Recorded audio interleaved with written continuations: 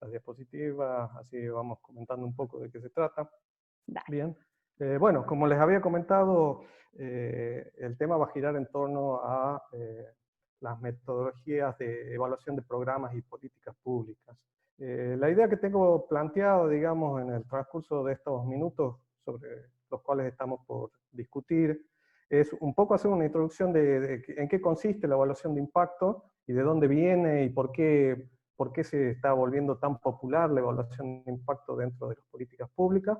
Luego ver un poco una descripción introductoria, digamos, de las metodologías que se están utilizando para llevar a cabo estas evaluaciones, y en el medio de toda la charla intentar ponerle algunos ejemplos de proyectos que se han llevado a nivel mundial en diferentes países y que tienen relación con ya sea la metodología o con algunos de estos aspectos que yo voy a ir hablando a lo largo de estos minutos. Bueno,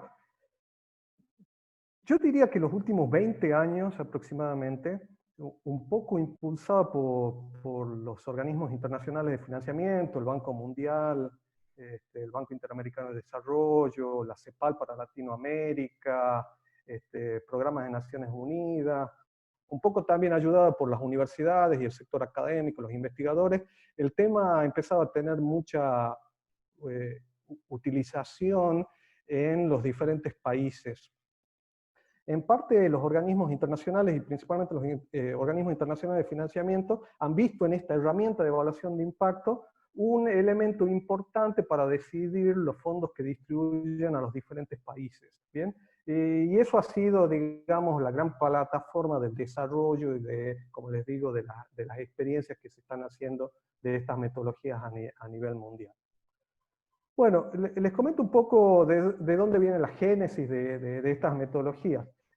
Como todos sabemos, las políticas públicas representan una línea de acción, un trazo, digamos, de las intervenciones que los gobiernos realizan para, básicamente, satisfacer las necesidades de las demandas sociales. Las demandas sociales son muy complejas. Una demanda social, por ejemplo, en Argentina, no necesariamente un social en África. O sea que las demandas sociales surgen de un proceso social donde están involucrados los valores, donde están involucrada la historia de ese país o de esa comunidad, donde están involucrados las fuerzas de los stakeholders, o sea, de los diferentes interesados o los intereses que hay dentro de una sociedad, etcétera, generan esas demandas. Y ante esas demandas, el Estado o el gobierno lo que realiza son políticas públicas para atender esas demandas. Esas demandas, como les digo, son bastante amplias y luego se transforman en programas. Es decir, en un conjunto de actividades organizadas, planificadas, con el objeto de alcanzar un objetivo específico que cubre esa demanda social que está exigiendo una determinada comunidad en un determinado momento, en un determinado espacio, y que los planificadores o los decisores lo realizan teniendo en cuenta esas demandas, ¿bien? Y los recursos que disponen, recursos monetarios, recursos humanos, recursos físicos, etcétera, etcétera. Esa es la dinámica, digamos, con la cual se generan estas políticas sociales. Si yo a esas políticas sociales las graficaría, esas demandas activan decisiones, esas decisiones se transforman en planificaciones que pueden dar como lugar a estos programas o estos proyectos, ¿bien? Esos proyectos o esos programas se implementan y todos estos proyectos o programas o políticas se controlan.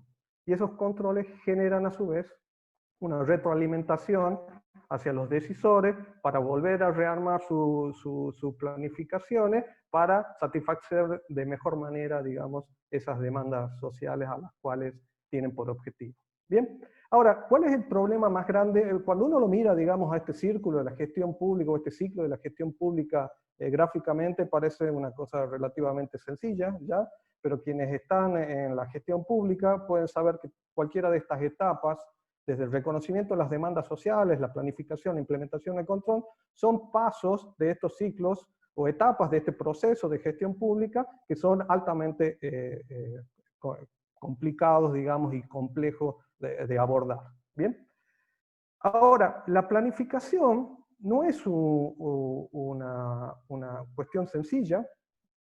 ¿Por qué? Porque las demandas sociales son demandas que tienen causas multifactoriales. ¿Por qué quiero desarrollar el concepto de multifactoriedad en las demandas sociales? Porque este concepto después nos va a ayudar mucho a entender en qué consisten estas metodologías de evaluación de impacto. Para ponerle un ejemplo, yo ahí les puse una demanda social relativamente común, digamos, en los países modernos, que podría ser la baja cobertura del transporte de buses. Una demanda social, una necesidad insatisfecha, una oportunidad que la sociedad quiere cubrir, y los decisores tienen que realizar una planificación para abordar. Ahora bien, esa baja cobertura de transporte público, en este caso de buses, digamos, en algún sector de la población, en un municipio, en un barrio, etcétera, etcétera, es consecuencia de una serie de factores. Y ahí viene la primera dificultad del planificador o del decisor, que los problemas y las demandas sociales son muy difíciles de interpretar. ¿Bien? Y más difíciles de interpretar son las causas que generan y las causas a las cuales yo debo abordar en mis políticas públicas para poder satisfacer esas demandas sociales. Por ejemplo, en este caso, yo podría decir que la cobertura de transporte podría ser consecuencia de que existen pocas unidades de buses, con lo cual eso impide que los empresarios del transporte o de las concesiones puedan desarrollar un mapa, digamos, de recorrido más amplio y por lo tanto se concentran en los sectores de la población donde hay mayor población. Otra causa podría ser también la dificultad de acceso a esos barrios o a los barrios más periféricos de la ciudad, que no tienen la caminería o que son de tierra, y por lo tanto eso dificulta y por lo tanto generan desincentivos hacia el transporte público de ampliar sus coberturas a esos sectores. Podría ser la baja rentabilidad que desalienta nuevos sectores, digamos, porque no son rentables desde el punto de vista económico, digamos, para esas concesiones. Podría ser la inseguridad también un factor que está impactando en la baja cobertura, y así podríamos ir generando una gran cantidad de otros factores que afectan este problema de la baja cobertura del transporte de buses.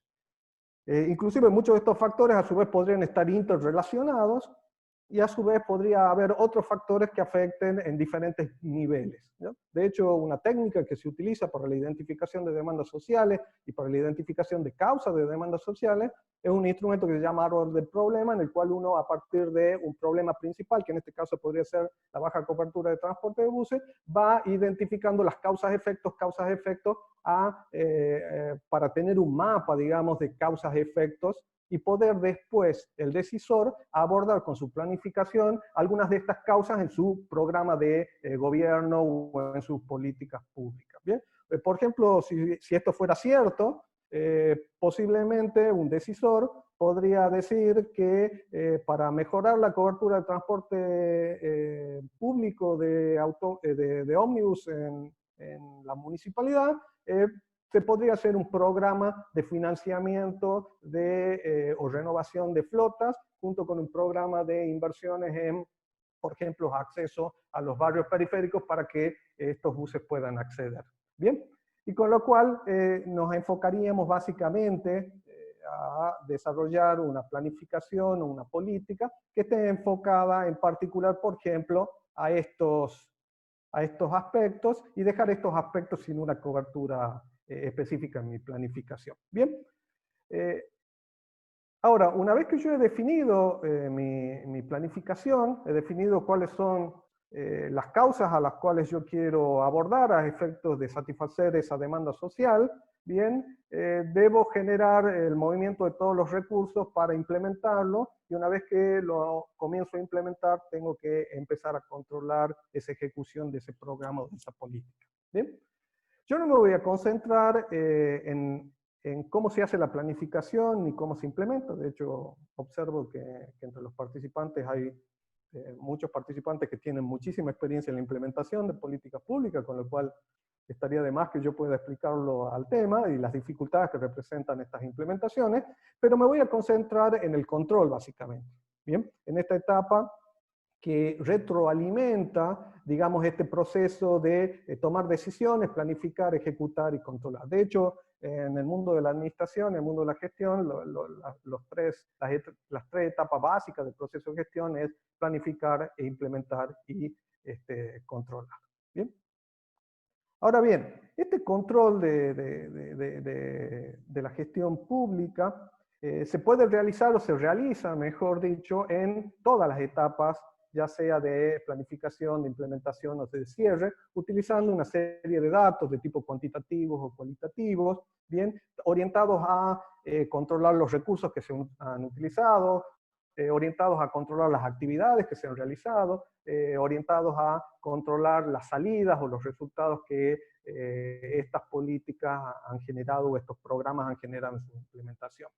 El control, esta etapa es una etapa fundamental, digamos, de información para la decisión, porque como les dije, va retroalimentando, y a medida que eso va retroalimentando las decisiones y la planificación, se va pudiendo hacer modificaciones y cambios con el objeto de ir aumentando la eficiencia, la calidad y la efectividad de las políticas que nosotros o que los decisores realizan. Ahora bien, el sistema de control que se utiliza no es una única herramienta, muy por el contrario, es un conjunto de herramientas, desde auditorías concurrentes o auditorías externas, auditorías internas, sistemas de tribunales de cuentas, sistemas presupuestarios o de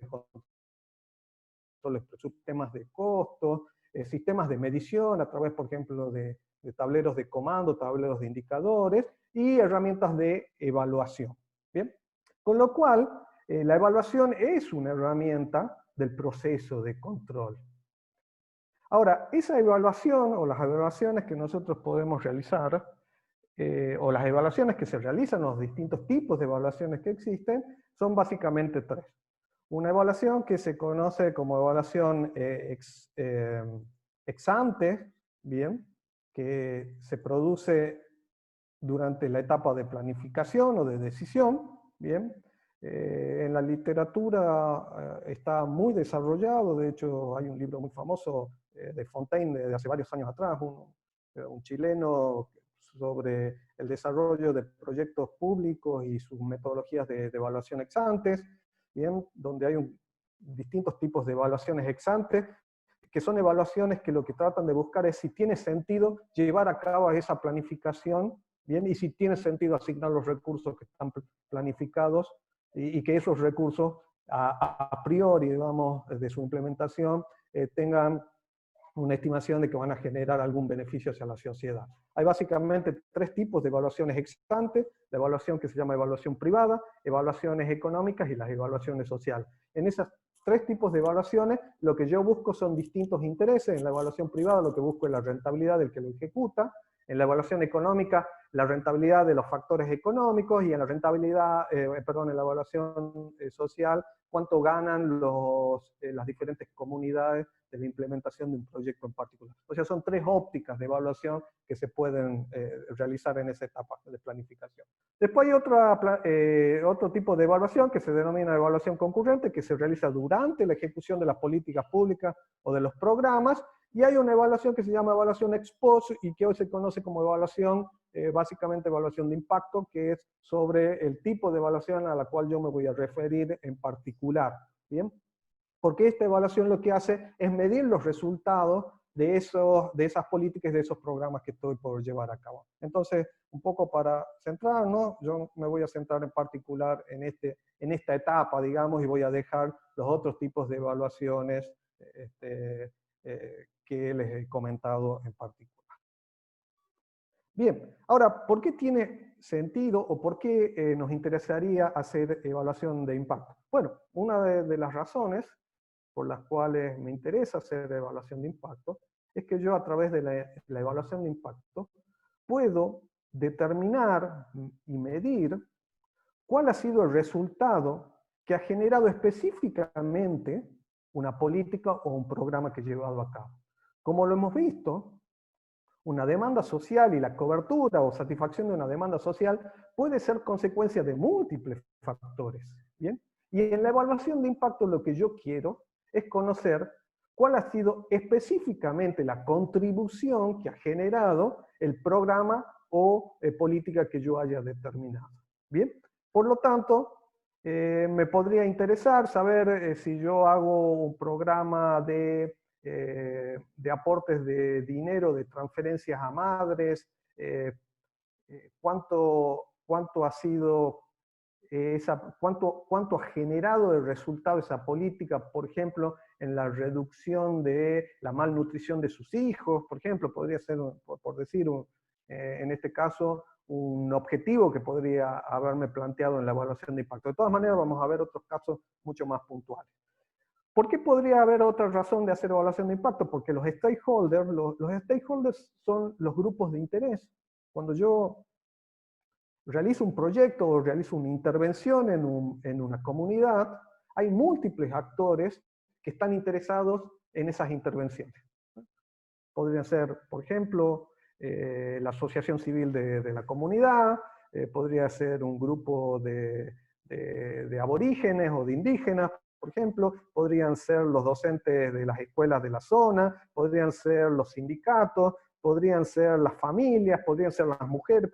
Hay una cantidad de grupos de interés. Esos grupos de interés se llaman stakeholders, y los stakeholders, hay un fenómeno mundial por el cual cada vez es mayor las demandas o las exigencias que tienen sobre los estados y sobre los resultados de las políticas que los estados llevan. De hecho, ustedes o todos podemos ver ahora que a nivel mundial hay una gran demanda de la actuación del Estado en la solución del problema de la pandemia o del problema de salud.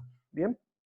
Porque hay a nivel mundial una mayor exigencia de que los estados son responsables en definitiva de la mayoría de los resultados que se generan. ¿Bien? Y eso es un proceso que también ayuda o colabora a que generemos estas herramientas de evaluación de impacto.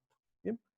Bueno, también por supuesto provee herramientas para verificar la calidad, la eficiencia y la efectividad de las intervenciones que están dispuestas en esas políticas o en esos programas. Además, a nivel mundial hay un cambio de paradigma sobre los sistemas de control.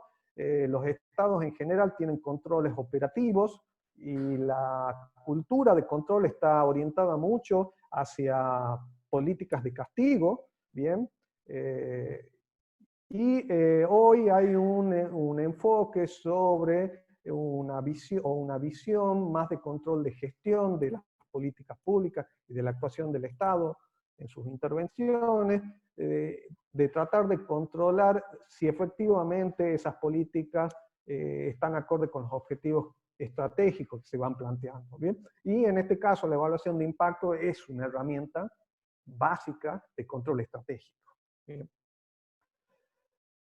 Por supuesto, como ya les dije, como todos los instrumentos de control, la evaluación de impacto también genera conocimiento e información sobre qué intervenciones sirven y qué intervenciones no sirven. Y por supuesto, la evidencia científica que surge a partir de estas evaluaciones de impacto le permite a los decisores también tener herramientas objetivas para conseguir mayores presupuestos o conseguir apoyos. ¿Bien?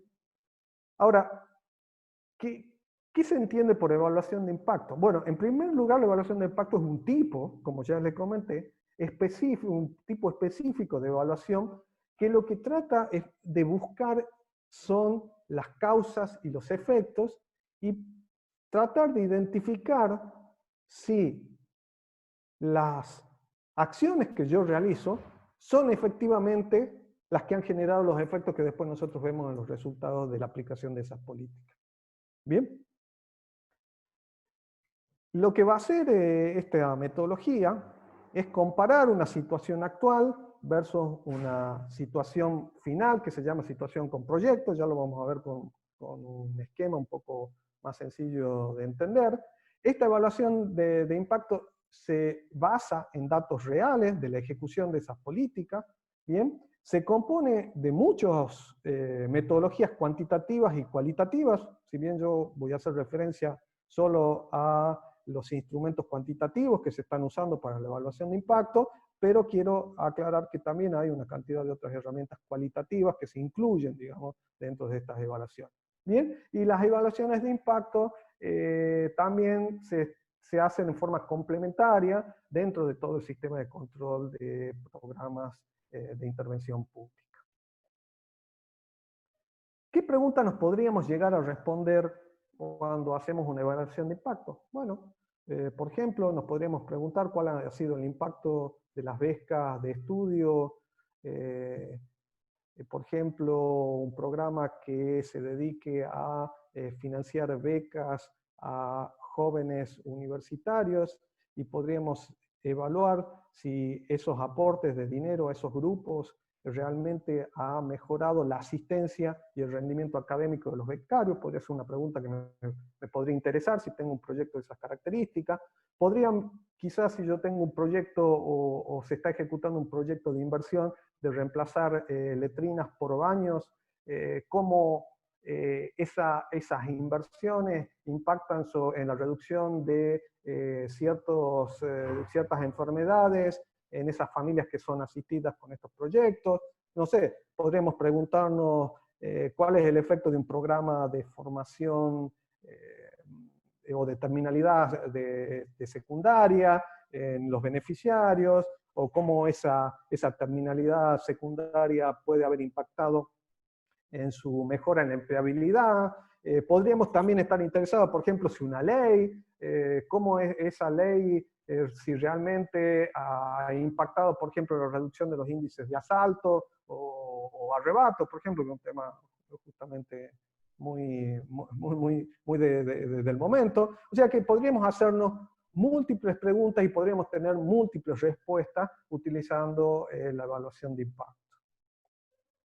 Bien, ahora, responder estas preguntas son muy interesantes, digamos, pero muy difíciles de llevarlo a la práctica en una metodología. Porque volviendo al concepto de multifactorialidad, del efecto multifactorial en las causas y en los efectos sociales, es muy difícil identificar, cuando yo realizo una política pública y mido sus resultados, si esos resultados son efectivamente consecuencia de esa política o esos resultados son consecuencia de una multiplicidad de otras políticas. ¿Bien? Y ese es el primer interrogante que tengo cuando yo quiero diseñar una evaluación de impacto. Bien, por lo tanto, para resolver ese problema, lo que tenemos que hacer es obtener cuál es el resultado de esa política, perdón, el resultado que se genera en un grupo social sin haber realizado la política, versus cuál es el resultado que yo obtengo si realizo esa política.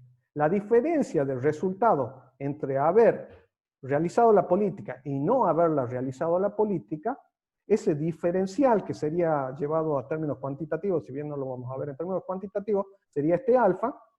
El impacto sería la diferencia entre haberlo hecho, digamos, al programa o haber ejecutado esa política, por ejemplo, de becas, y no haber ejecutado esa política. Bien, eso como término, como ejemplo, digamos, muy general y muy intuitivo de lo que yo quiero hacer. En definitiva, volviendo a sintetizar, lo que yo voy a buscar en una evaluación de impacto es cuál es el efecto de un programa o política P en los resultados I.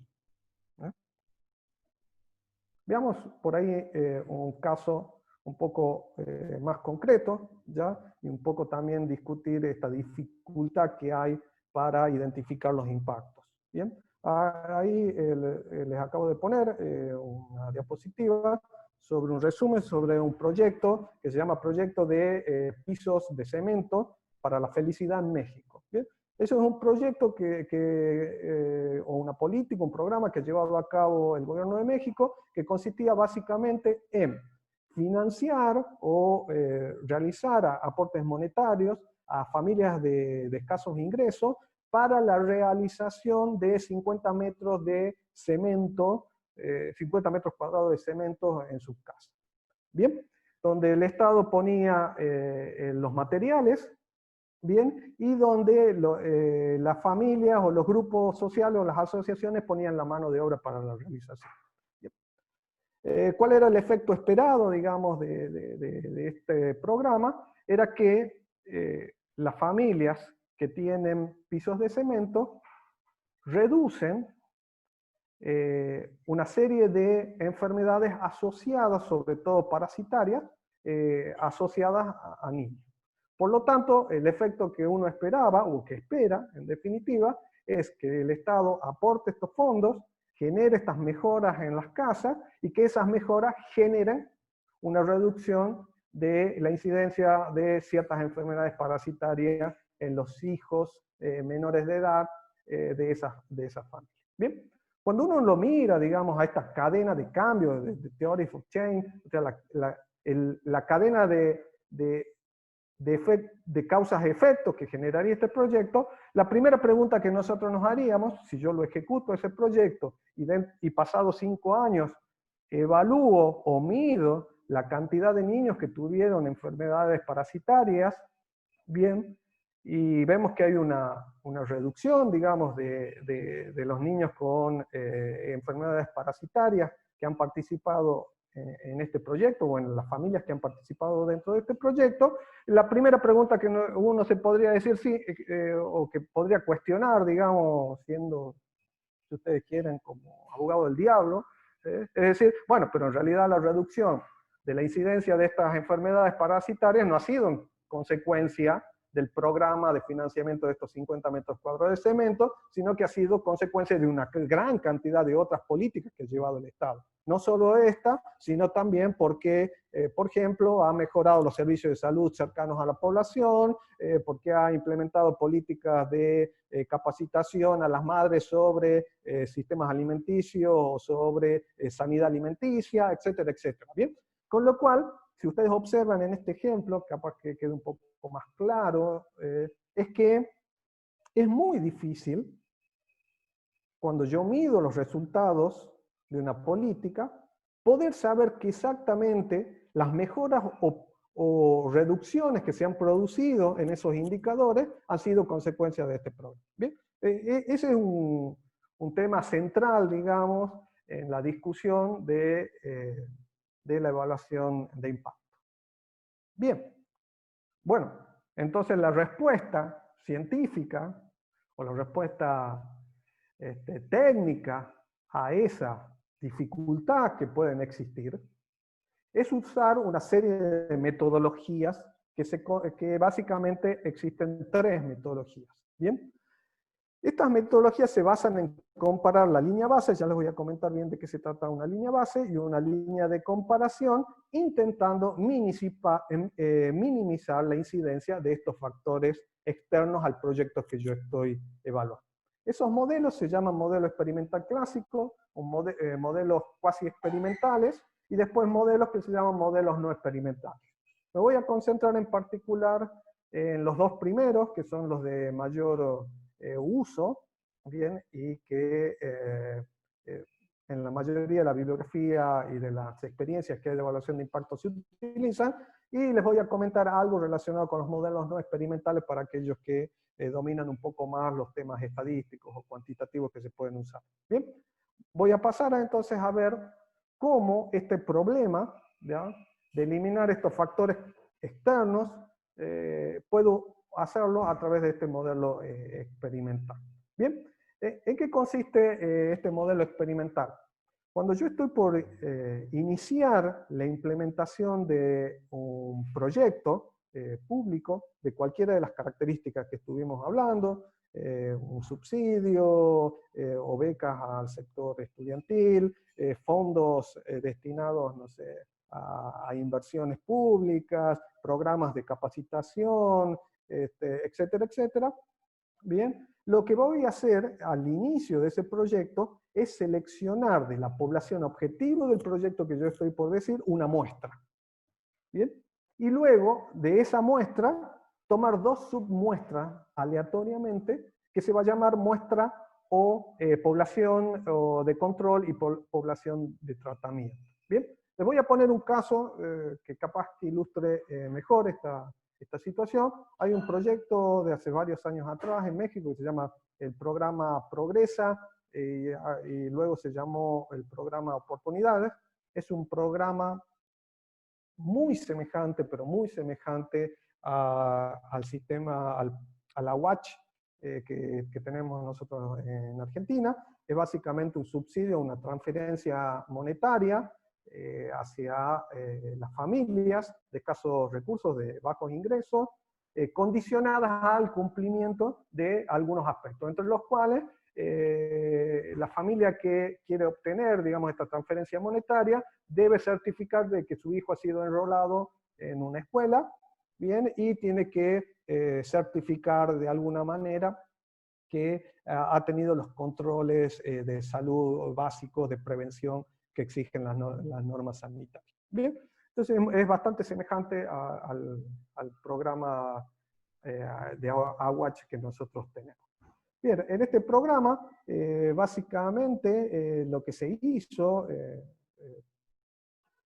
en su evaluación de impacto es tomar del conjunto de beneficiarios potenciales que tenía este programa, tomar una muestra, ¿bien? Y de esa muestra generar dos muestras aleatorias, ¿no? Randomizadas, se dice en la literatura, o una muestra o un conjunto de familias a las cuales yo le doy la transferencia, bien, y entran en el programa y por lo tanto tienen que realizar estas certificaciones de que sus niños han sido enrolados en la escuela, y a un conjunto de familias le hago el seguimiento, pero no le hago las transferencias.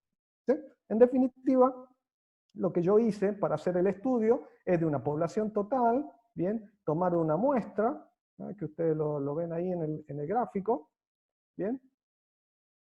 Acá tendría una muestra elegida aleatoriamente del total de beneficiarios que podrían acceder a este tipo de programa, y de esa muestra tomo dos submuestras, también en forma aleatoria, a la cual a estas familias, bien, no le hago transferencias, o sea que no ingresan al programa, y a estas familias sí ingresan al programa y les doy las transferencias condicionadas a que sus niños se enrolen. Bien, lo que hago es medir cuál es la cantidad de niños en ambos subgrupos que van a la escuela, bien, previo a la implementación del proyecto, que se llama línea de base, acá le voy a poner LB, bien. Y al final de un periodo determinado de tiempo, supongamos 5 años, 3 años, lo que fuera la vida de ese proyecto, de esa intervención, vuelvo a medir y me fijo de esas familias los niños si fueron a la escuela o no fueron a la escuela y en qué proporción, y de estas familias a las cuales no han estado bajo programa también hago el mismo ejercicio, o sea, mido o identifico la cantidad de niños que han ido a la escuela y a aquellos que no han ido a la escuela. Por lo tanto, yo tengo dos líneas o dos mediciones. Tengo una medición de inicio y tengo una medición de cierre del programa. Y lo que yo voy a hacer, teniendo estas dos mediciones, es ver cuánto el programa ha generado mayor cantidad de niños que hayan ido a la escuela versus aquellas familias que no han estado bajo programa. ¿Sí? ¿Sí se entiende? Llevado a un cuadro un poco capaz que más cuantitativo, ¿bien? Lo que yo voy a hacer es tener una línea de base y una línea de comparación, se llama, ¿bien? Y donde yo voy a ver a todas las familias que han estado bajo proyecto, cuál era la cantidad de niños, ¿bien?, que iban a la escuela, y cuál es la cantidad de niños que iban a la escuela luego de haber participado en el proyecto. ¿Bien? O sea, todos estos niños que están acá, o todas las familias que han participado en este tipo de proyectos, ¿bien?, el 90% de los niños de esa familia han ido y han tenido una asistencia regular, digamos, durante el tiempo de vida del proyecto. ¿Bien? Sin embargo, las familias que no han participado en el proyecto, o sea, que no han podido obtener esos fondos porque no han participado del proyecto, esas familias, solamente el 20% de los niños de esas familias han tenido una asistencia regular. Por lo tanto, como conclusión, yo puedo decir que el efecto neto o el impacto, en definitiva, que ha generado el proyecto en esos grupos sociales ha sido que ha elevado en un 70% la asistencia de los niños que han estado bajo el programa. ¿Bien? Esa conclusión, una conclusión trascendental, digamos, para el ejecutor, porque muestra claramente cómo aquellas personas que participan en el programa versus aquellas que no han participado en el programa han obtenido un mayor índice de asistencia a clase y por lo tanto han podido mejorar su situación, en este caso de asistencia escolar. ¿Bien? ¿Por qué es importante este concepto? Porque cuando yo acá en el momento cero, o sea, cuando se inició el programa, yo elegí estas dos familias, o estos dos grupos de familia. Estos dos grupos de familias son exactamente iguales. O sea, son grupos de familias que viven en la misma zona, que tienen los mismos niveles socioeconómicos, que tienen estructuras sociales semejantes, que tienen una, digamos, que son prácticamente idénticos estos dos grupos. La única diferencia entre estos dos grupos es que a un grupo yo lo puse bajo programa y le di un incentivo monetario y a otro grupo no le di ningún incentivo monetario. Por lo tanto, las diferencias que se puedan generar al final de la evaluación han sido pura y exclusivamente consecuencia de la intervención del proyecto y no como consecuencia de otros factores, porque ambos grupos sociales han estado durante todos esos 3 años o 5 años, lo que fuera el proyecto, han estado influenciados por las mismas variables externas y la única diferencia entre uno y otro ha sido que uno ha participado en el proyecto y en otro no ha participado. Por lo tanto, el efecto neto que se produce es consecuencia de la participación en el proyecto. ¿Bien? Ahora, esa situación que yo planteo, que es el modelo experimental, es una situación desde el punto de vista técnico bastante ideal. ¿Ya? Es que yo consiga información y medición de estos dos grupos, bien, que tenga toda la información hasta el final del proyecto y que los vuelva a evaluar al final del proyecto para ver si ha habido un efecto de impacto o una diferencia neta de ganancia consecuencia de la intervención a la cual estamos haciendo alusión. Pueden darse casos, y de hecho hay muchísimos casos, que cuando yo quiero realizar una evaluación, bien, de proyecto, no puedo conseguir dos grupos, un grupo de control y un grupo de tratamiento pero exactamente iguales. ¿Bien? Puede haber diferencias entre esos grupos. ¿Bien? Por ejemplo, podríamos decir, esto sería ya un ejemplo imaginado, digamos, tengo un programa de nutrición escolar por el cual los niños que van a la escuela pública, un grupo de niños participa en un programa en el cual esos niños se les da, por ejemplo, el desayuno y el almuerzo, y puede ser que haya otro grupo de niños a los cuales no se les dé el desayuno ni el almuerzo, que son niños que tienen el mismo nivel socioeconómico, pero que por alguna razón no participan, digamos, en esta intervención que sería darle el desayuno y darle la merienda. Acá ya tengo dos grupos. Un grupo que participa en el programa y que recibe el desayuno y la alimentación al mediodía, y tengo un grupo que tiene las mismas características sociales, pero hay alguna razón por la cual no ha entrado en el programa. ¿Ya? Y yo tengo la información de estos dos grupos.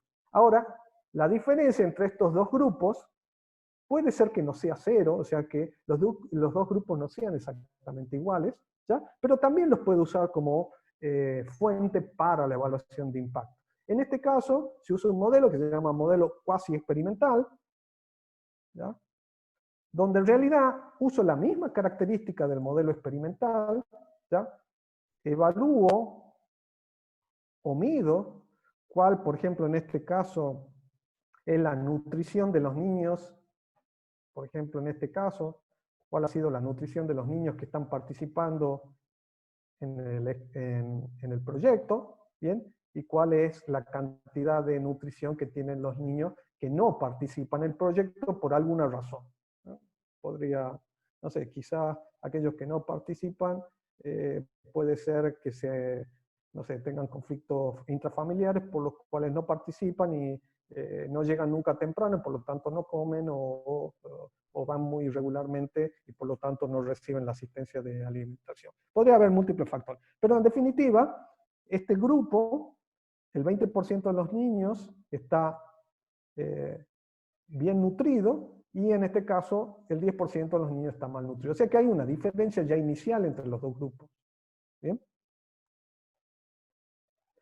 Y lo que hago es exactamente la misma metodología, dejo que pase el tiempo, llevo a cabo el proyecto, nos imaginemos que el proyecto empieza acá, y al cabo de 5 años evalúo o mido nuevamente cuál es la situación de los niños, la situación de nutrición de los niños que han participado en el proyecto, y el 90% de los niños ahora está bien nutrido, consecuencia de haber participado en el proyecto, y los niños que no han participado en el proyecto o en la intervención estatal solamente están nutridos un 20% de esos niños.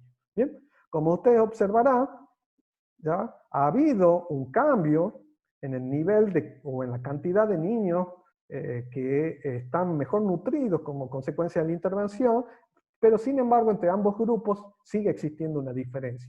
En este caso, cuando tengo grupos que en la línea de base no son grupos exactamente idénticos, se usa un método que se llama el método de las diferencias de las diferencias, que es el método que está explicado acá, que es un método también estadístico que se usa para otras evidencias, ¿bien?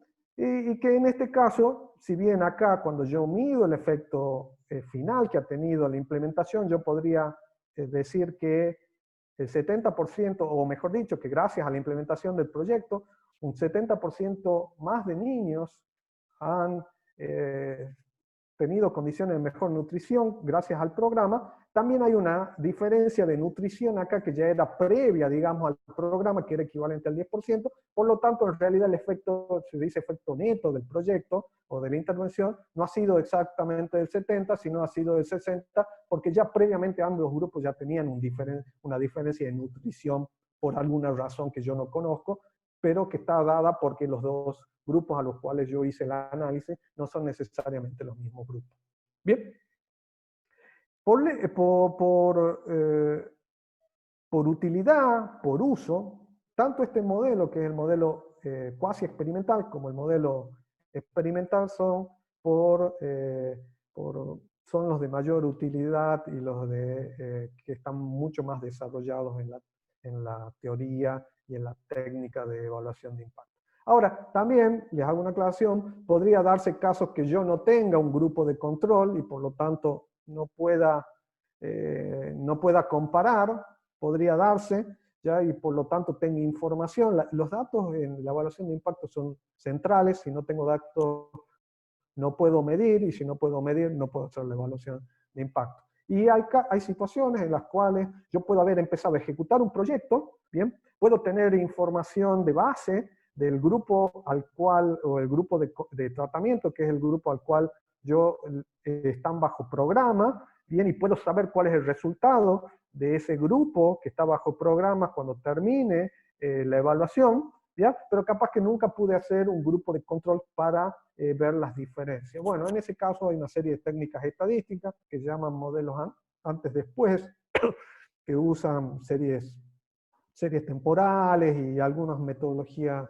estadísticas para suplir la deficiencia de la información que tenemos. Estos son métodos mucho más complejos, por supuesto, pero les quería por lo menos comentar de que existen y que eventualmente, si ustedes quieren a hoy hacer la evaluación de un proyecto que viene teniendo un desarrollo, por ejemplo, de hace 5 años, y quieren saber cuál ha sido su impacto realmente, y no han logrado al inicio de su implementación un grupo de control, hay alternativas estadísticas con las cuales ustedes podrían resolver básicamente este problema y obtener un resultado. Y obtener evidencia cuantitativa si realmente el proyecto que han llevado a cabo ha generado los resultados que ustedes esperaban o no. Bien, bueno, hasta acá, y ya un poco cerrando con la exposición, no hablé nada sobre las limitaciones presupuestarias, ¿ya? Simplemente lo que estuve haciendo con todas estas técnicas o estas metodologías es tratar de tener una respuesta si esas intervenciones que yo he realizado o que ha realizado el Estado han generado los resultados que estaban previstos o no los ha generado, y tener la evidencia suficiente para eso. Bien. Sin embargo, tenemos muchísimas restricciones presupuestarias, ¿ya? Los gobiernos en todas partes del mundo tienen restricciones presupuestarias, de mayor envergadura o de menor envergadura. ¿Por qué? Porque las demandas de la sociedad son infinitas, ¿bien? Y los presupuestos son limitados, ¿ya? Y por lo tanto, lo que los estados en su administración financiera buscan es tratar de generar la mayor eficiencia por cada peso que utiliza. ¿Bien? Por lo tanto, la evaluación de impacto se debe combinar con información de costos o información financiera de la ejecución de esos proyectos. ¿Bien? ¿Cómo se hace? Combinando o obteniendo indicadores que se llaman indicadores de costo por unidad de impacto. Ustedes ahí, yo les puse acá una pequeña fórmula de cómo se calcula ese indicador, el costo utilidad impacto, que no es más que una fracción de cuánto me ha costado por unidad, por ejemplo, podría ser por unidad de beneficiario, por unidad de niño que participó en el proyecto, etcétera, etcétera, versus la cantidad de resultados que yo obtuve como consecución de esta política. Esta fracción es un índice de eficiencia, de hecho todos los índices de eficiencia son fracciones, donde en el numerador tengo recursos y abajo tengo resultados, y por lo tanto este denominador lo que me da a mí es un indicador de cuánto yo estoy gastando por unidad del resultado que estoy obteniendo. Es un indicador muy importante cuando tengo limitaciones presupuestarias, como en el caso de la administración estatal o pública, y también me sirve como un indicador para seleccionar entre diferentes intervenciones o diferentes tipos de intervenciones que pueden tener el mismo objetivo al final. Bien, les voy a poner un caso de la evaluación costo-efectividad de un programa de incremento de la asistencia en Kenia. Bien, lo que hizo esta evaluación de costo-efectividad, que relaciona impacto con costo, es estudiar cuál ha sido el efecto o la unidad de gasto por tres tipos distintos de programas, que ambos los programas lo que buscaban era aumentar o incrementar la asistencia de los niños a la escuela en Kenia. Uno de esos programas es un programa que básicamente entregaba recursos, ¿ya? Como uniformes y materiales de estudio, ¿bien? ¿Bien? Para los niños. Por el otro, había un programa que básicamente daban una atención de salud a los niños que participaban en el programa para la reducción de parásitos intestinales. O sea, le daban un tratamiento para básicamente atender los problemas parasitarios de esos niños. Bien, y por el otro, un programa que estaba orientado, acá lo tengo, a darles desayuno en las escuelas, ¿no? Si ustedes observan, son tres programas diferentes que tienen intervenciones distintas, una con antiparasitarios, otra otorgándole uniformes a los niños para que asistan a uniformes y material de estudio, para que asistan a la escuela, y otro un programa que otorgaba desayuno. Los tres programas tenían como objetivo final incrementar la asistencia escolar. Bien, cuando uno empieza a hacer el análisis individual de impacto de cada uno de ellos, se obtiene que el programa antiparasitario generó un aumento de la asistencia del 14%, ¿ya?, entre el grupo de tratamiento y el grupo de control. El programa de otorgamientos uniformes generó un aumento de la asistencia de los niños de un 17%, y en el caso de un programa de desayuno, el impacto que generó, el impacto neto, como les había comentado, con la metodología de, experimental, ha generado un aumento del 30%. Bien, o sea que acá yo tengo resumida en esta tabla cuál ha sido el impacto de cada uno de estos programas en la asistencia escolar. Y por el otro, tengo un indicador de cuántos dólares he gastado en dar este tratamiento antiparasitario, en dar estos uniformes y en dar estos desayunos durante un año a esos niños. El costo por niño es el costo por niño por año es de $3,50, $99 en el caso de uniformes. Se entiende que es mucho más caro, digamos, ese tipo de compras o ese tipo de asistencia, y de $36 en el caso de los desayunos. Por lo tanto, el índice de costo que me generó, o sea, me terminó costando $4 conseguir que el 1% de los niños vaya a clase. En este tipo de programa me costó $5 que el 1% vaya a clase, y en este programa me costó $1,20 que los niños vayan a clase. Si bien este es un indicador frío, digamos, cuantitativo de la eficiencia del uso de los pesos para el objetivo que tengo planteado, por supuesto hay que verlo dentro de un contexto mucho más amplio. Acá yo me estoy centrando específicamente en la metodología y en los datos fríos de los resultados, y esto por supuesto hay que verlo dentro ya de una política más amplia, porque recuerden que si bien todos estos proyectos buscan la asistencia financiera, también pueden existir otros proyectos de otras áreas públicas o de otras áreas de gobierno, o proyectos de organizaciones civiles que también podrían estar colaborando. Por lo tanto, la decisión, digamos, de qué proyecto es el mejor proyecto para llevar a cabo no es necesariamente aquel que tenga un mejor indicador de costo por unidad de impacto, ¿sí? O sea que a lo que me quiero referir es que la decisión, esto es una herramienta, es un indicador que te ayuda a la decisión, pero no necesariamente la decisión se basa exclusivamente en este tipo de indicadores, pero sí nos permite de cierta manera encontrar evidencia concreta para poder seleccionar entre diferentes proyectos que yo pueda ejecutar. Bien, para cerrar, simplemente quería dejarles algunas inquietudes o algunos desafíos que creo que tiene toda la temática de evaluación de impacto. Una es un desafío de avanzar en las metodologías, como ustedes observaron y como traté al principio de mostrar. Los problemas sociales y las intervenciones que realizan son muy difíciles de evaluar, no es un tema sencillo, y por lo tanto hay que ir aumentando, mejorando las metodologías que venimos usando.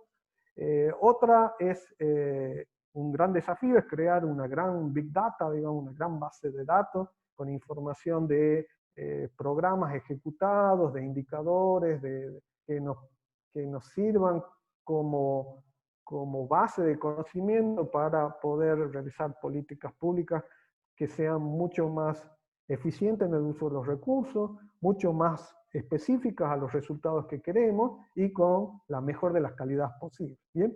Y otro desafío que creo que es un desafío que también es necesario debatir es la creación de este tipo de áreas especializadas en evaluación de impacto ya con carácter más permanente. Hace unos años atrás, si mal no recuerdo, hubo un proyecto en la Cámara de Diputados de la Nación, en el Senado de la Nación, de la creación de una oficina de evaluación de impacto a nivel nacional. No sé realmente en qué situación terminó, pero bueno, se hace indispensable, creo, una discusión respecto a si esto ya deberían ser áreas permanentes, digamos, que busquen conseguir estos indicadores y estos resultados y esta información para ir mejorando nuestras políticas públicas, y sobre todo ir generando los resultados que todos esperamos para la sociedad. Bueno, con esto quería finalizar y bueno, por supuesto agradecerles a todos ustedes la atención por haber participado. Ahí tienen mi mail de contacto si alguien tiene algún interés o alguna consulta o alguna discusión, me pueden escribir ahí al mail de jrospide@faseunt, que es el mail institucional de la Facultad de Ciencias Económicas de la Universidad Nacional de Tucumán. Muchas gracias.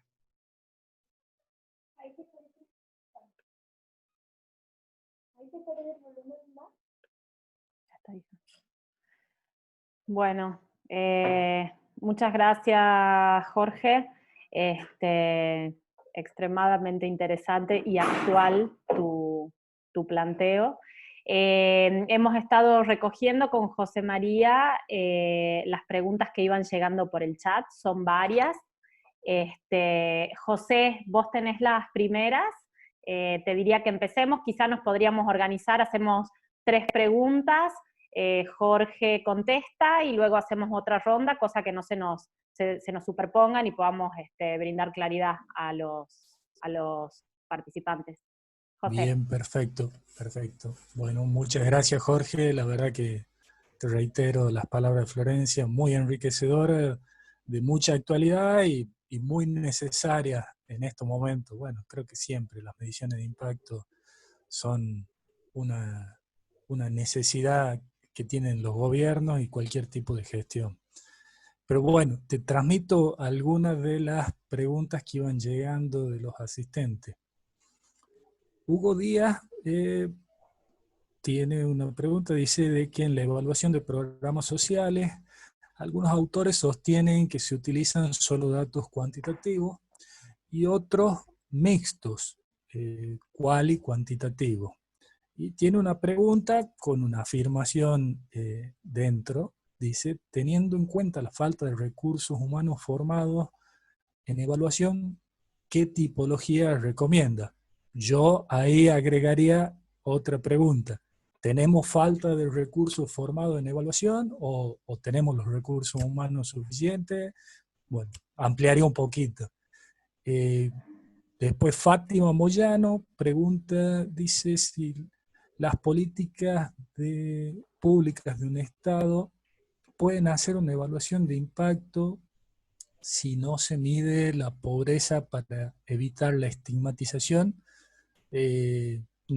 Creo que se refiere a si las mediciones de pobreza en alguna medida sirven como un indicador en evaluaciones de impacto y en cuanto a qué recaudos hay que tener en los indicadores que uno usa y quizás creo que desde el diseño de la política en si uno estigmatiza a las poblaciones objetivos o no.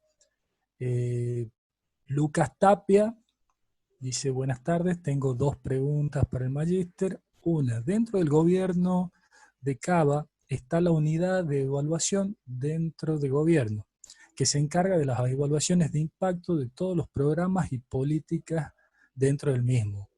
¿Hay ejemplos de alguna evaluación realizada por ello? Si es que tenés conocimiento de cómo trabaja el gobierno de la Ciudad de Buenos Aires. Y la segunda, de Lucas, dice, ¿cómo se puede realizar la evaluación de impacto de una política pública si no existe una línea de base? ¿Se puede inferir o crear esa línea de base? Bueno, sería como heredar una política pública sin saber desde dónde se partió y cómo evaluamos el impacto. Te doy la palabra, Jorge. Bien, muchas gracias. Bueno, muchas gracias a todos los que han hecho las consultas. Empezando primero, bueno, Hugo hacía una consulta respecto a si hay recursos humanos capacitados. Yo creo que sí los hay. Nos sobran recursos capacitados en las universidades, en los órganos de gobierno, en la sociedad. Quizás lo que tenemos que hacer es orientar, digamos, a esta temática en particular. Tenemos personas que dominan la estadística que podrían ser muy interesantes, trabajar en equipo, porque la evaluación de impacto no es de un área en particular, es un grupo más multidisciplinario, donde podrían participar tranquilamente sociólogos, politólogos, economistas, referentes sociales, porque como yo lo he planteado, si bien he intentado mostrarle la dificultad que representa definir cuál es la variable que yo quiero estudiar, si esa variable tiene relación o no tiene relación con lo que estoy haciendo, cuáles son las intervenciones que tengo que hacer. O sea, realmente yo creo que existen los recursos, quizás haría falta coordinarlo a esos recursos para la temática en particular, pero no creo que estemos muy lejos de conseguirlo, ¿ya? Y no creo tampoco que todas estas técnicas y estas metodologías sean tan difíciles que no haya material humano o intelectual que lo pueda resolver dentro, digamos, de nuestro ámbito. Al contrario, creería que nosotros podríamos, de hecho, tranquilamente generar nuevas metodologías para la evaluación de impacto. Por el conocimiento que yo tengo, de hecho, gran parte de esta experiencia ha estado hace unos años atrás, si mal no recuerdo, unos 5 años atrás, se hizo el workshop del Banco Mundial en Buenos Aires de evaluación de impacto, en el cual yo participé. De hecho, gran parte de los ejemplos que puse acá son de un libro que me regaló uno de los expertos en evaluación de impacto, que es Paul Gettler, de la Universidad de Berkeley, que se llama Evaluación de Impacto en la Práctica, que incluso si alguien lo quiere, me lo puede solicitar, le puedo enviar en forma electrónica el libro, lo tengo en español y lo tengo en inglés, y otros economistas más. Hay, digamos, a nivel, como les dije, de los organismos internacionales, sí, ya grupos muy consolidados de evaluación de impacto que están haciendo este trabajo a nivel mundial y que actúan como asesores externos, digamos, de gobiernos locales o gobiernos nacionales, pero creo que podría tranquilamente generarse estos equipos a niveles locales. De hecho, ahí Lucas me hacía una consulta si conocía alguna evaluación de impacto de Cava. En realidad no la conozco, no sé cuáles han estado realizando y si tienen publicadas. Lo que sí hay algunas evaluaciones de impacto de proyectos que han sido locales, como el proyecto Trabajar de Argentina, el Plan Nacer de Salud de Argentina, el programa, otros programas financiados, no recuerdo los otros nombres, pero sí hay varios de los programas que tienen implementación local que ya han tenido evaluación, que se puede conseguir en la información. Y aprovechando, digamos, también la consulta de Lucas, se puede, una segunda consulta que hacía era si se puede hacer evaluación de impacto sin tener línea de base. Sí, se puede hacer totalmente, es posible. Por supuesto que las estimaciones pueden tener una mayor variabilidad o un problema de sesgo tal vez, pero hay muchos métodos. De hecho yo no quise ahondar, pero se pueden hacer métodos de tendencia, usando series temporales. Por ejemplo, yo puedo obtener la medición del proyecto hoy, ¿ya? Y si bien no tengo la medición del proyecto al inicio de la ejecución del proyecto, sí tengo información de otras variables, ¿ya? Que me permiten hacer curvas de tendencia. En estadística puedo hacer regresiones o curvas de tendencia, que me pueden decir, ya con cierto nivel de error estadístico, cuál debería haber sido el resultado del proyecto, bien, y por lo tanto yo podría medir con los resultados reales o los datos reales de resultados que ha tenido el proyecto. O sea, de poder se puede, se va perdiendo un poco de confiabilidad, digamos, en el valor del resultado neto del impacto, pero sí se logra y se consigue. Ahora, respecto a los indicadores y la estigmatización de los indicadores, bueno, sin lugar a dudas, esto ya es más una opinión personal, yo también coincido en que hay muchos indicadores de pobreza que estigmatizan, pero bueno, lo que busca estas técnicas es obtener valores objetivos, ¿ya? La interpretación, digamos, de esos valores, ¿bien? Está en el análisis, digamos, de los grupos de decisión, ¿sí? Yo cuando planteaba ahí diferentes proyectos y diferentes alternativas para abordar alguna necesidad, como podría ser este caso la asistencia de los niños a la escuela, yo tengo los datos son fríos, son objetivos. La interpretación de esos datos, la prioridad de los proyectos, vienen de las agendas públicas, de las demandas sociales y de la interpretación de esas necesidades por los decisores o por los planificadores, ¿verdad? Así que en parte coincido y en parte también entiendo que estas metodologías son metodologías cuantitativas frías que muestran, ¿ya? Y la interpretación depende de aquellos quienes la van a llevar a cabo, van a intentar solucionar o suplir esos indicadores, ¿no? Bien, tengo más preguntas acá, Jorge. Vamos con otra ronda de algunas cuestiones que se presentan. Cecilia Acosta dice, buenas tardes, soy Cecilia y mi pregunta es, con respecto a la implementación del ingreso familiar de emergencia dentro del contexto de pandemia que atravesamos, ¿puede darnos su opinión respecto a la planificación de esta ayuda? Y si en ella se incluyó una evaluación ex ante para su ejecución, como también el análisis de su impacto al finalizar la misma. Esta sería la primera pregunta. La segunda pregunta tiene que ver con la pregunta de Alberto, que dice si se sabe, si se hicieron evaluaciones del programa Asignación Universal por Hijo, y cuáles son los resultados que se pudieron exponer. Y una tercera, que te la agrego yo, pensaba cuando hablabas de la experimentación, en que, bueno, los últimos premios Nobel de Economía resultaron premio Nobel por su metodología de experimentación en el área de la pobreza. Banerjee y Duflo tienen estos desarrollos.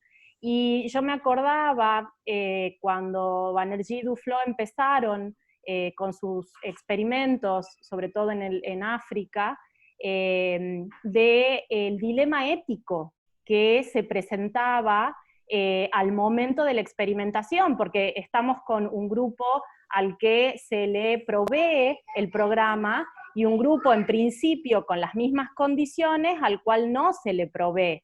Entonces el dilema ético que se plantea en la experimentación y la evaluación de políticas públicas, y la necesidad de, cuando ese dilema ético es muy, muy palpable, recurrir a la construcción del contrafactual. Y entonces el dilema que presenta el contrafactual en la política social, ¿no? Que bueno, es un poco como para plantear temas. Sí, sí. Bueno, bien, muchas gracias a todos por las preguntas, muy interesantes. Voy a comenzar por la primera, sobre el ingreso familiar de emergencia como política. Si me preguntan una opinión personal, estoy totalmente de acuerdo.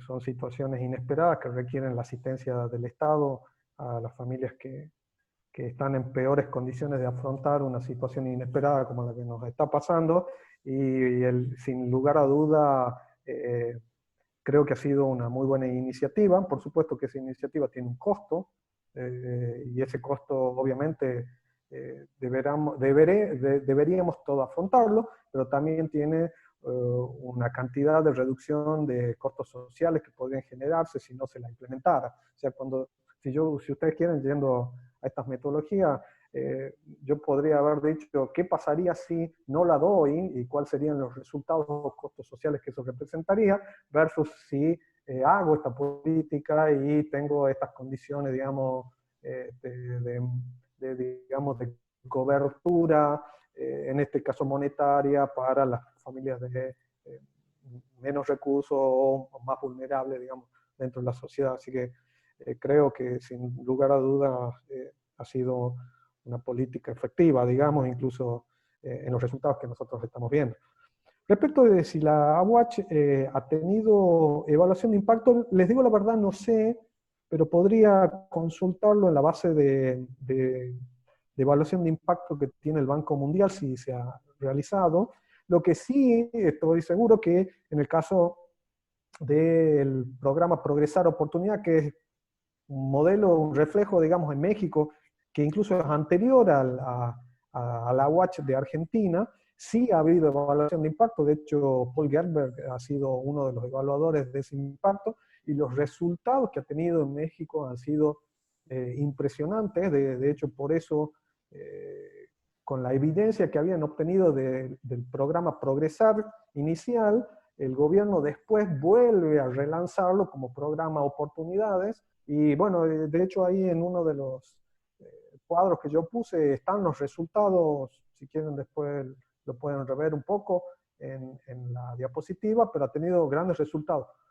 En la participación de los niños en la escuela, ¿ya?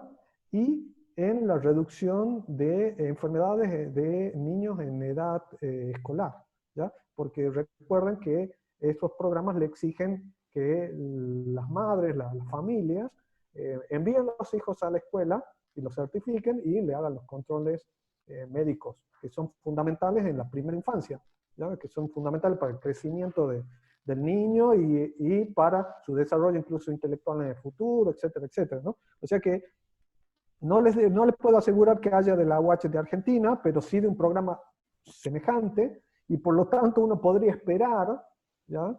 Que un programa de esas características en un país con algunas semejanzas, digamos, a las estructuras sociales, culturales nuestras, es muy probable que ese programa, cuando yo lo implemente acá, también tenga los resultados que ha tenido en otros países.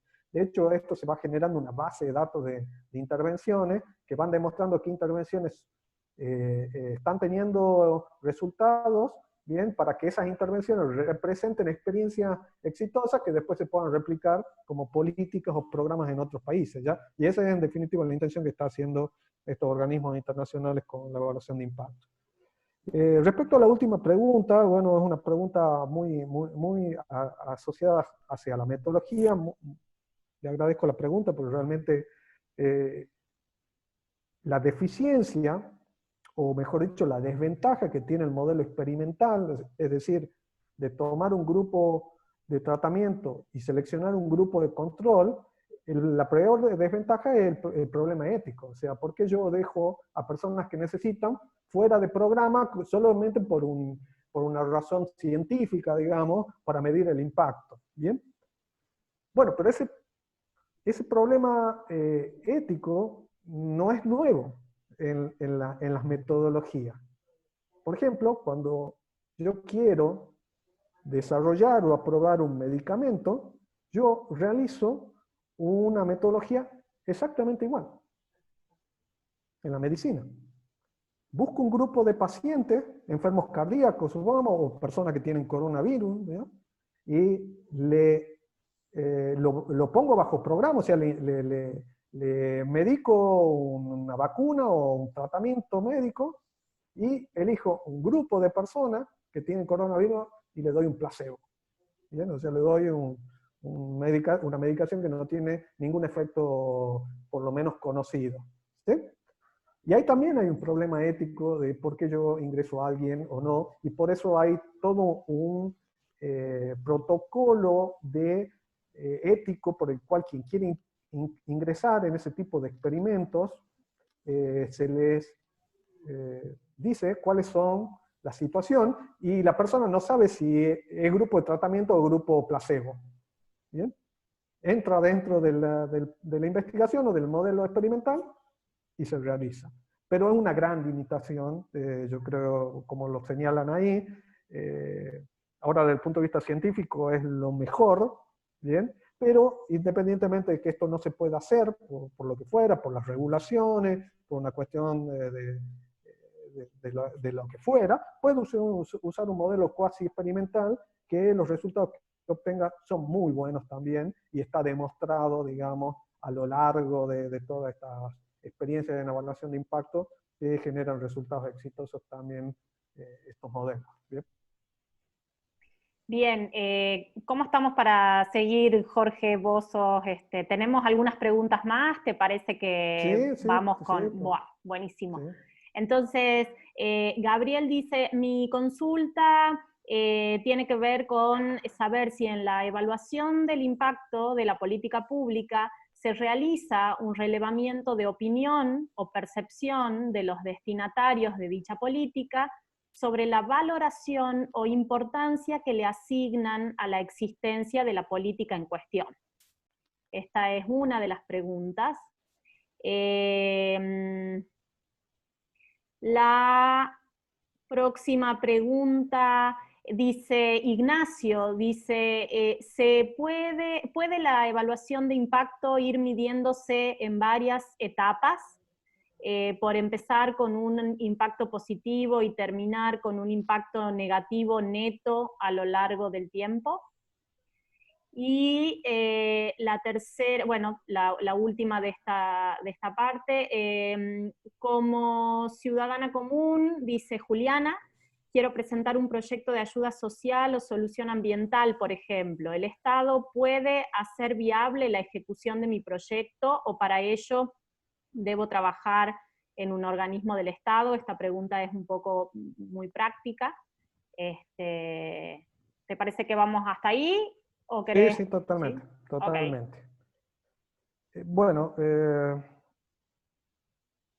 comenzando por la primera, hay en la evaluación de impacto una mezcla de estos modelos cuantitativos. Yo, como les dije, me iba a concentrar ahí porque yo vengo básicamente de las áreas cuantitativas, así que mi debilidad está en la parte cuantitativa, así que me gusta mucho la parte cuantitativa, pero también se incluye mucho análisis cualitativo. De hecho, en uno de los programas que yo les puse ahí, por supuesto no los he leído completos, simplemente les hice referencia a los temas que me interesaban, pero por ejemplo en México, en el programa de pisos de cemento, el programa no solo evaluaba la reducción de las enfermedades parasitarias, sino que también hacía una evaluación de la percepción de la familia o del bienestar de la familia por haber o por tener piso de cemento en su casa, por ejemplo. ¿Ya? O sea que había una mezcla de resultados o estudios cuantitativos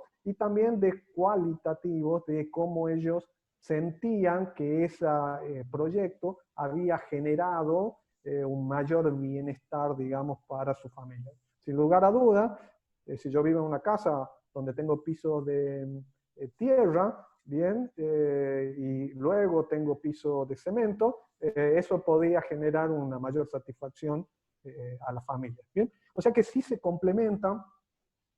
Por supuesto que en el caso de la evaluación con datos o con información cualitativa se requieren otros métodos, como por ejemplo pueden ser los métodos de focus group, por ejemplo, pueden ser métodos de simulación, etcétera, etcétera. Hay diferentes métodos para recabar esa información, que son algunos que comparten con los métodos cuantitativos y otros que son exclusivamente cualitativos y que la dirección, digamos, o la implementación de esas técnicas requieren quizá un complemento con otras profesiones o con otras áreas profesionales. ¿Bien?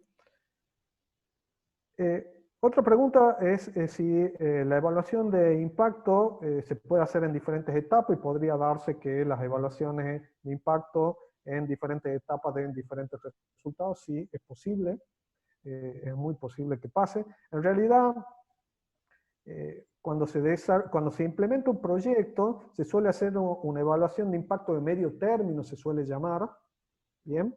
Que es como un borrador inicial, y después se hace una evaluación de cierre. ¿No? Podría darse de que en la evaluación de medio término los resultados sean satisfactorios y que en la evaluación de impacto final sean resultados no tan satisfactorios, pero sería la peor, sería la situación más rara que se dé. ¿Bien? Porque debería haber pasado algo en medio de la evaluación de medio término y la evaluación final, muy complejo, que haya variado demasiada la situación, ¿ya? Y que haya transformado un proyecto que venía siendo, que haya obtenido resultados positivos a que termine teniendo resultados negativos. Para darle una idea o hacer algo un poco más concreto. Si yo inicio un programa de becas a estudiantes para que vayan a la universidad y se reciban, y durante los 2 o 3 primeros años esos alumnos han tenido muy buenos resultados y han tenido muy buen desempeño académico durante esos 3 años estando bajo programa, es muy difícil que esos mismos beneficiarios ya en los siguientes 2 o 3 años, 5 años que falte, tengan un desempeño muy distinto al desempeño que venían teniendo en los primeros años de la evaluación de impacto. Podría darse, realmente sería muy difícil de que ustedes o que todos pudiéramos ver esa situación. ¿Bien?